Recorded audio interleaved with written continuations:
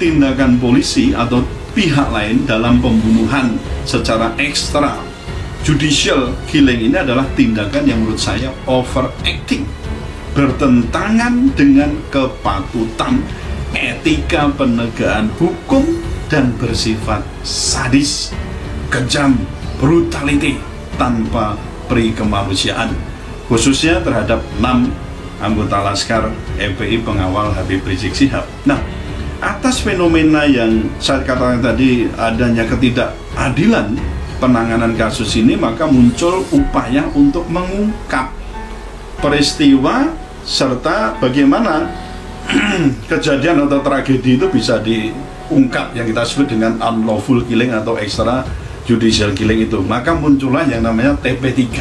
Nah, sebenarnya TP3 ini kan fungsinya adalah untuk mengawal ya, fungsinya adalah untuk mengawal pengungkapan tragedi kemanusiaan ini. Nah, itu kan jadi masalah besar itu. Apakah ini juga ada kaitannya dengan rekomendasi dari Komnas HAM yang juga menyatakan tidak terjadi pelanggaran HAM berat? Nah, ini perlu kita cari benang merahnya, sehingga pernyataan-pernyataan atau ungkapan-ungkapan yang sangat bagus di buku putih itu sebenarnya bisa kemudian kalau nanti terjadi persidangan, ya persidangan, ini menyidangkan pelanggaran HAM ya, harusnya memang di pengadilan pelanggaran, di pengadilan HAM.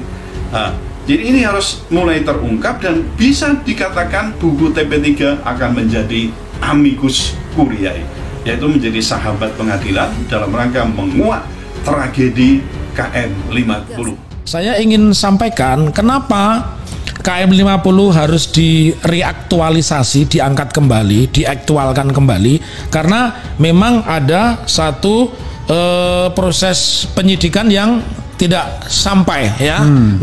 Jadi saya lebih setuju negara ini melakukan penyelidikan dan penyidikan. Kalau sekarang sudah penyidikan, karena sudah ada buktinya, sudah ada peristiwanya, tidak perlu penyelidikan. Jadi perlu dilakukan penyidikan baru untuk menemukan dengan bukti baru, dengan tersangka baru. Dan saya meyakini pelakunya bukan 2.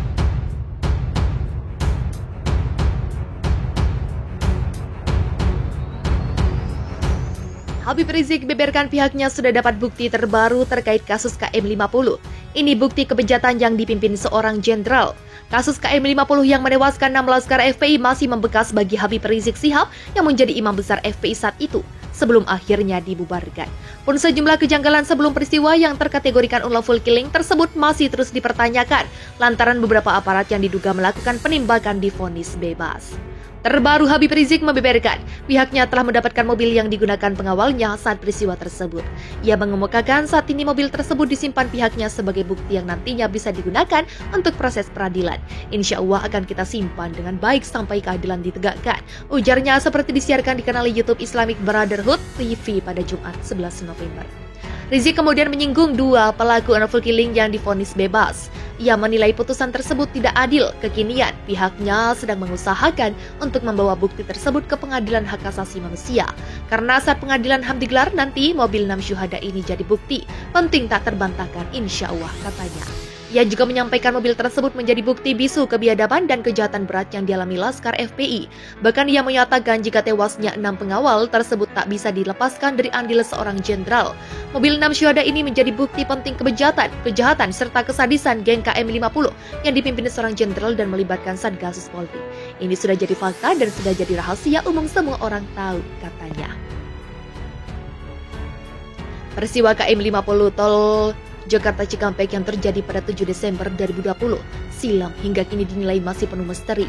Dalam peristiwa tersebut, 3 polisi yakni Ibda Elwira Priyadi Isap, Bribtu Fikri Ramadan, dan Ibda Yusmin Oharela melakukan penembakan hingga mengakibatkan 6 laskar FPI meninggal. Namun Ibda Elwira Priyadi Z meninggal dunia sebelum disidangkan. Menurut surat dakwaan jaksa penuntut umum, Bribtu Fikri dan Ibda Yasmin menembak karena anggota Laskar FPI yang saat itu ditangkap melawan dan mengancam keselamatan mereka. Sebelum penembakan terjadi, mobil yang ditumpangi Laskar FPI dengan mobil yang ditumpangi polisi sempat terlibat pengejaran dan serempetan. Saat peristiwa itu, Verdi Sambo masih menjabat sebagai Kadif Propam Polri. Untuk menyelidiki dan menginvestigasi kasus tersebut, dibentuk tim khusus pencari fakta yang terdiri dari 30 personel untuk menyelidiki peristiwa itu. Saat itu Sambo menugaskan Hendra untuk memimpin tim sus pencari fakta di Propam Polri terkait peristiwa KM50. Tim sus itu diperintahkan melakukan penyelidikan prosedur operasi standar operation prosedur, garing SOP anggota Polri dan peristiwa penembakan. Berdasarkan hasil pemeriksaan, Bribtu Fikri Ramadan dan Ibda Yusmin Oharela ditetapkan sebagai tersangka dan diajukan ke persidangan. Dari hasil putusan sidang, kedua polisi itu didakwa melakukan tindak pidana sebagaimana diatur dalam pasal 338 KUHP, Jo pasal 55 ayat 1 ke 1 KUHP, subsider pasal 351 ayat 3 KUHP, Jo pasal 55 ayat 1 ke 1 KUHP. Keduanya terbukti bersalah karena telah melakukan penganiayaan hingga membuat orang meninggal dunia. Namun keduanya tidak dijatuhi hukuman karena alasan pembenaran karena perbuatan terdakwa dinilai sebagai tindakan pembelaan. Aturan tersebut tertuang dalam pasal 49 ayat 1 KUHP. Berdasarkan hal tersebut, hakim memutuskan melepaskan terdakwa. Putusan ini lebih ringan daripada tuntutan jaksa penuntut umum yang ingin keduanya dihukum dengan pidana 6 tahun penjara.